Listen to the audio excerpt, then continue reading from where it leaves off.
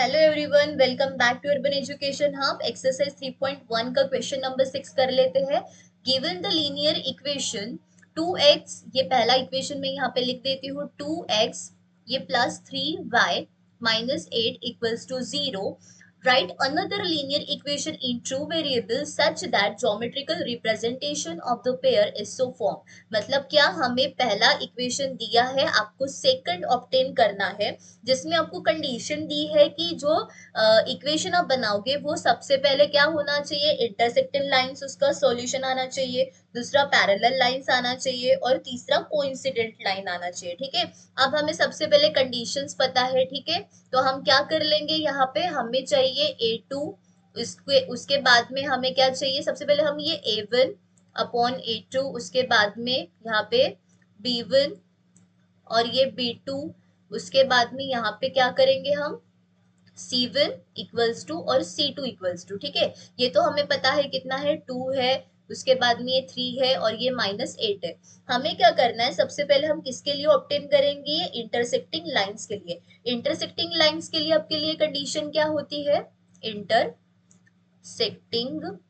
Lines. ठीक है, इसके लिए आपकी कंडीशन क्या होती है कि जो आपका A1 upon A2 should not be equals to क्या, B1 अपॉन B2 चाहिए होता है।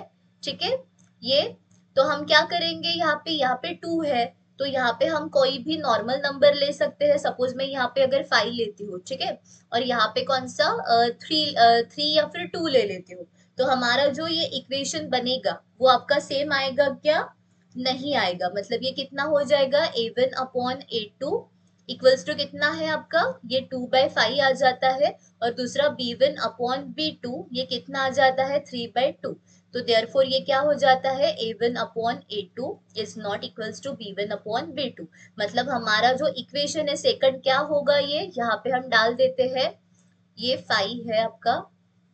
ठीक है, तो ये कितना हो जाएगा, ये 5x प्लस 2y, और c की वैल्यू हमने कितनी ली, यहाँ पे कोई भी ले सकते हो आप, यहाँ पे मैं 4 ले रही हूँ। ठीक है, तो ये कितना हो जाएगा, -4, ये प्लस, यहाँ पे माइनस लिख दीजिए, तो ये -4 इक्वल्स टू 0। मतलब हमें ये दूसरा इक्वेशन मिल गया है, किसके लिए, फॉर इंटरसेक्टिंग लाइंस के लिए मिल गया है।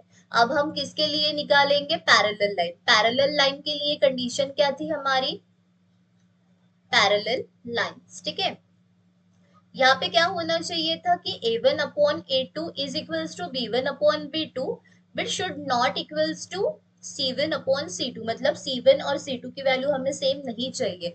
अब आपको क्या करना पड़ेगा कि यहाँ पे 2 है तो आप A2 कितना लेंगे, सपोज यहाँ पे इसका डबल कर देते तो ये 4 हो जाएगा। B2 क्या कर देंगे हम, इसका डबल कर देंगे 3 का, तो ये 6 हो जाता है। अब C2 की वैल्यू हमें थोड़ी डिफरेंट लेनी पड़ेगी ताकि हमारा आंसर सेम ना आए। ठीक है, तो मैं यहाँ पे 3 ले लेती हूँ, -3। ठीक है, अब यहाँ पे डाल के देखते हैं हम कितना आता है, तो ये A1 अपॉन A2 कितना हो जाता है, A1 कितना है हमारा पहला पेयर, ये 2, और A2 हमने 4 लिया, तो ये 2 1 2 एंड 2 2 आ जाता है। उसके बाद में B1 अपॉन B2 लेंगे तो ये कितना आ जाता है, ये 3 है हमारा B1। ठीक है, और ये कितना है आपका 6, तो ये 3 1 3 एंड 3 2 1/2 आ गया। उसके बाद में C1 अपॉन C2, अब C1 कितना है आपका -8 है, और ये कितना है आपका -3, मतलब ये इक्वल नहीं आया। ठीक है, तो हम क्या बोलेंगे, हमारा जो इक्वेशन है वो कौन सा हो गया है हमारा, ये 4x plus 6y -3 equals to 0। तो ये आपका पैरेलल के लिए इक्वेशन आ गया। ठीक है, अब हम किसके लिए, ये अब ये तीसरा निकाल रहे, फॉर को इंसिडेंट लाइन्स।